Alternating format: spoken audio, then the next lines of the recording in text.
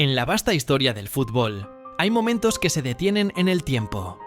Jugadas que parecen creadas por los dioses, goles que se quedan grabados para siempre, y líderes que hacen que 11 hombres jueguen como si compartieran un solo corazón. Entre esos líderes, uno se levanta con fuerza. Carlos Alberto Torres, el capitán que convirtió a Brasil en tricampeón del mundo. Su vida es la historia de un niño carioca que creció entre calles polvorientas y sueños gigantescos. De un joven que encontró su lugar entre titanes. De un hombre que cambió para siempre la forma de entender la defensa en el fútbol. Y de una leyenda cuyo impacto aún resuena en cada lateral derecho moderno. Esta es la historia del hombre que, con un solo disparo, coronó a una generación inmortal. Y que, con su liderazgo, marcó a todo un país. Prepárate. Porque conocerás la vida de un capitán que jamás pidió la cinta, pero que nació para llevarla. Río de Janeiro, 1944. En una ciudad vibrante, llena de música, calor y fútbol en cada esquina, nacieron dos gemelos, Carlos Alberto y Carlos Roberto. Desde pequeños, corriendo por las calles de Vila da Peña, ya existía una energía especial en ellos. Pero había algo distinto en uno de ellos. Una mirada más desafiante, un carácter firme, un espíritu que parecía adelantarse a los acontecimientos. Ese espíritu era el de Carlos Alberto Torres. Mientras muchos niños soñaban con marcar goles, él soñaba con dominar la cancha entera. A los 15 años ya despuntaba en el Fluminense, y muy pronto dejó de ser un simple juvenil para convertirse en una promesa real. Lo que pocos sabían es que detrás de ese joven seguro y elegante, había horas y horas de disciplina silenciosa. Partidos interminables en la calle, saltos imposibles para evitar caídas, y un instinto natural para anticipar jugadas que, con el tiempo, se convertiría en una de sus armas más poderosas. A los 18 años, aquel adolescente flaco que se presentaba ante el mundo con la camiseta del Fluminense, ya jugaba como si llevara 10 temporadas en primera división. No era solamente su técnica, su golpeo limpio o su forma de leer el juego antes que todos. Era algo más profundo, más raro. Una especie de serenidad que contagiaba a todo el equipo. Cuando él tenía la pelota, incluso en los momentos más críticos, parecía que el reloj se ralentizaba. Los hinchas contenían la respiración, los rivales dudaban, y sus propios compañeros encontraban en él una calma que solo los grandes transmiten. Muy pronto, su nombre comenzó a recorrer los pasillos del fútbol brasileño como un susurro que cada semana se hacía más fuerte. Primero fueron los periódicos locales, luego los ojeadores, luego los dirigentes de los clubes más poderosos del país. Todos hablaban del mismo muchacho, del chico que jugaba sin miedo, del joven que parecía comprender el fútbol con una madurez que no le correspondía a su edad. Y entonces, inevitablemente, las grandes potencias tomaron nota. Cada partido aumentaba el interés. Cada jugada alimentaba la idea de que estaban frente a un talento destinado a algo grande. Y cuando el rumor se transformó en certeza, llegó la oferta que sacudiría todo el ambiente futbolístico. 200.000 cruzeiros por sus servicios.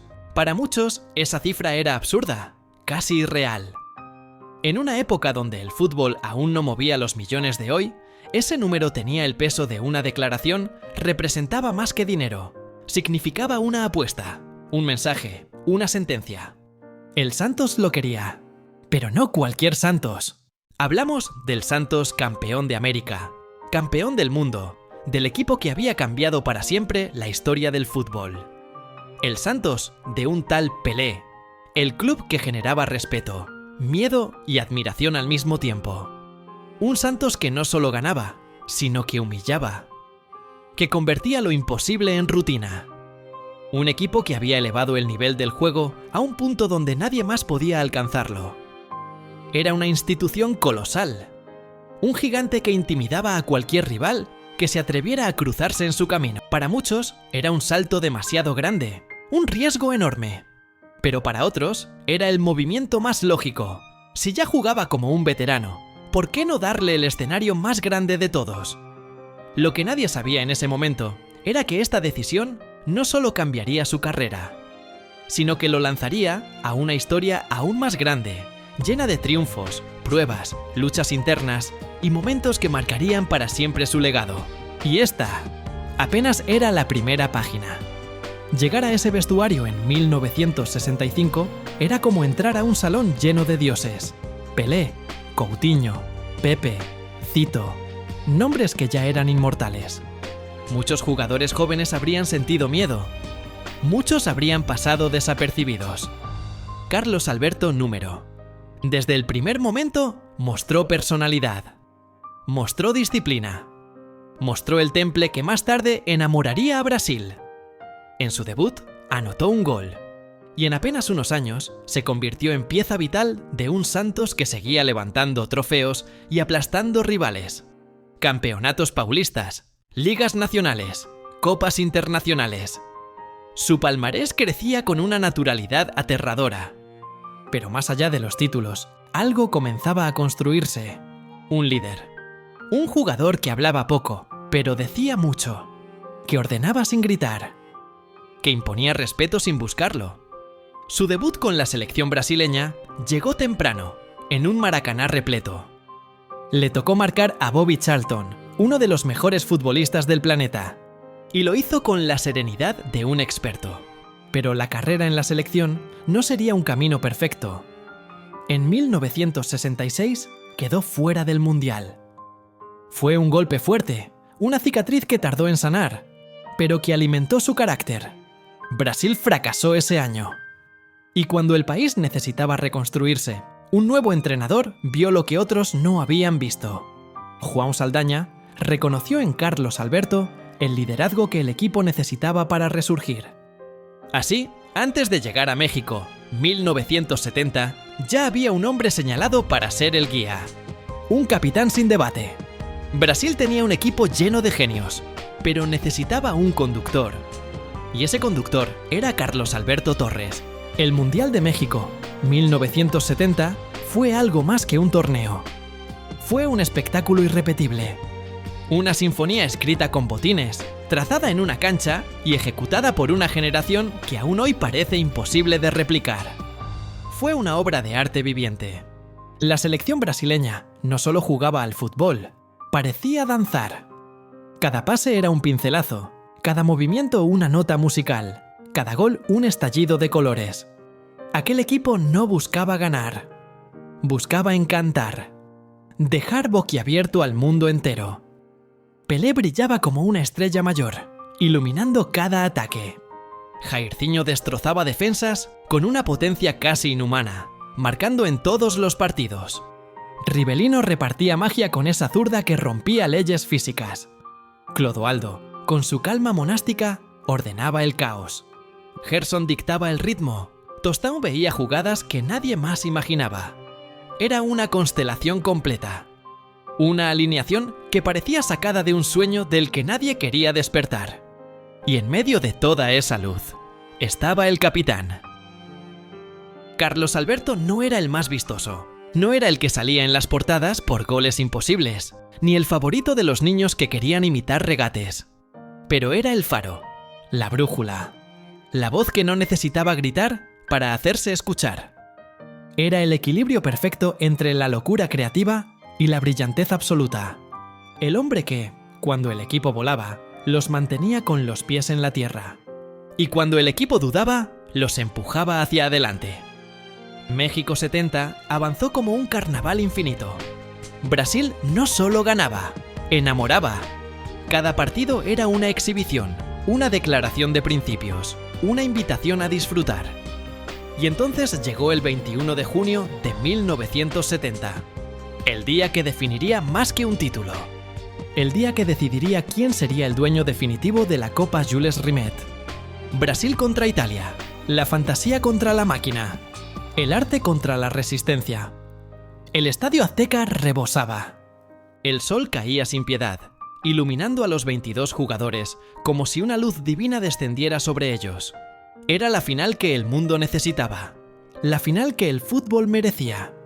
Brasil ganaba, jugaba, disfrutaba. Pero la historia parecía exigir un toque final, un cierre perfecto, algo que quedará para siempre. Entonces llegó el minuto 86, Todo comenzó con una jugada paciente, tejida con la misma armonía que había definido a ese equipo.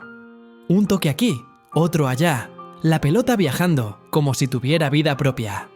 Gerson, Clodoaldo, Tostão, Pelé.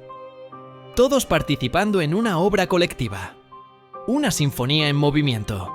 Pelé recibe el balón dentro del área.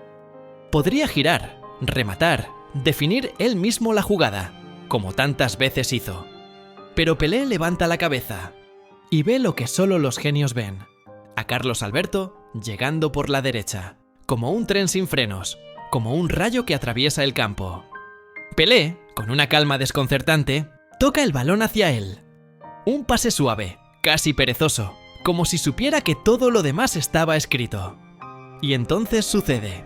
Carlos Alberto no frena, no duda, no piensa. Golpea el balón en carrera con un disparo seco, violento, preciso. La pelota viaja directo al fondo de la red, como si supiera que estaba destinada a convertirse en leyenda. Ese gol no fue solo un gol. Fue la firma al pie de una obra maestra.